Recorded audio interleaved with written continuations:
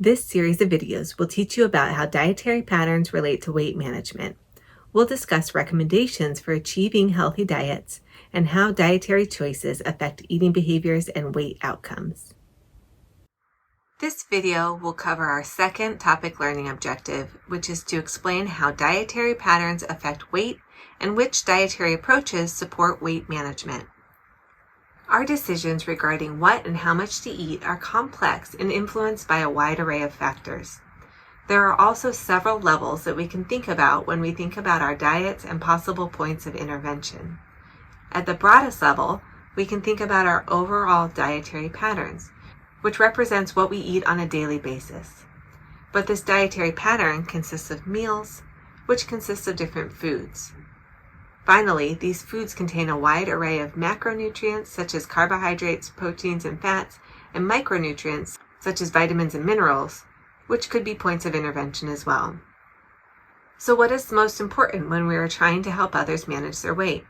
The short answer is that they are all important, and all of these components of our dietary patterns influence our feelings of hunger and satiation, our eating behaviors, our energy balance, and our eventual health outcomes. This means that all of these components can be meaningful points for intervention, given all are important contributors to shifting energy balance. Many dietary approaches to weight loss focus on macronutrients, such as low-carb or low-fat diets, which can be a useful guide to support healthier eating and calorie deficits, but there is not a clear benefit above and beyond calorie reduction of strictly limiting fat or carbs or other nutrients. The foods we choose are important, not only with regard to the amount we eat, but also the quality of the foods we eat. Focusing on specific foods and macronutrients provides a limited scope that might cloud the bigger picture. Dietary patterns and meals are the sum of these smaller parts and provide the greatest insight into risk for overconsumption and obesity. Therefore, helping individuals to construct healthier meals that contribute to healthier overall dietary patterns is an important approach. Decades of research illustrates that there are three main ways we can achieve weight loss, all of which reflect creating a negative energy balance where calories expended exceed calories consumed. This evidence illustrates that we can either prescribe a certain calorie level, prescribe a 500 or 750 calorie per day energy deficit, or prescribe an evidence-based diet that restricts certain food types, such as low-carb or low-fat diets. This is a very long list of weight loss strategies that have been examined by research studies and have evidence for their effectiveness. This list illustrates that there's a wide variety of ways that these three goals can be achieved through dietary intervention. Listed here are approaches such as switching to a high-protein diet, the zone diet, a vegetarian or vegan diet, a low-fat diet, or a Mediterranean-style diet. However, if you look closely at the fine text here, you can see one thing that is common among this very diverse list of approaches. All of these approaches support some sort of energy deficit or energy restriction.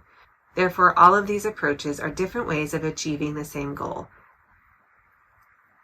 So overall, this can be a very promising message that there is no one, quote, right way to eat and no one right dietary pattern for managing and losing weight. Here are data from one important meta-review of 59 articles reporting 48 unique randomized clinical trials, which represented a total of 7,286 individuals. These data illustrated that compared to no diet, the largest weight loss was associated with both low-carb diets and low-fat diets. However, the amount of weight lost on low-carb versus low-fat diets was not significantly different, and the weight loss between individual diets were minimal. The most significant predictor of weight loss was adherence. This means that we can find the dietary pattern that best suits our individual preferences, our lifestyle, and our resources. It doesn't have to be low-fat or low-carb or whatever else is trendy. It just has to help us meet our calorie and nutrient targets to support energy balance and health. Let's wrap up this video with some key takeaways. Now that you've viewed this video, you should be able to explain how dietary patterns affect weight and which dietary approaches support weight management. Our dietary patterns are comprised of meals, which are comprised of foods, which are comprised of nutrients. Intervention can occur at any of these levels. Many published dietary strategies focus on limiting or cutting out specific nutrients or foods, but focusing on the quality of our overall meals and dietary patterns is often more realistic and more relevant, since the composition of our meals and dietary patterns has the biggest impact on our overall energy balance. Decades of research illustrate that weight loss can be achieved through a wide array of approaches, as long as these approaches help us to create a negative energy balance. The strongest predictor of weight loss success is adherence, which stresses the importance of finding the dietary pattern that fits with our preferences, our lifestyle, and our resources.